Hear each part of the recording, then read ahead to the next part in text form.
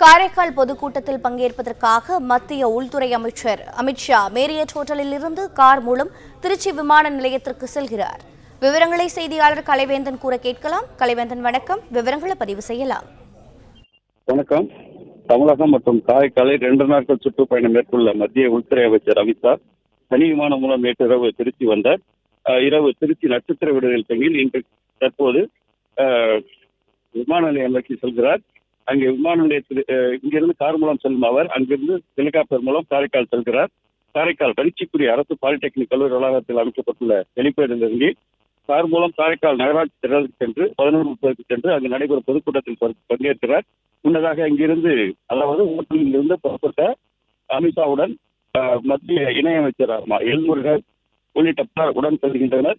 இங்கிருந்து கார் மூலம் செல்லும் அவருக்கு வழிநெடுகிலும் பாஜகவினர் கொடிகளை அசைத்து வாழ்த்து முழக்கங்களை எழுப்பினர். அதை ஏற்றுக்கொண்டு கையசைத்தவாறே தற்போது திருச்சி விமான நிலையம் நோக்கி சென்று கொண்டிருக்கிறார்.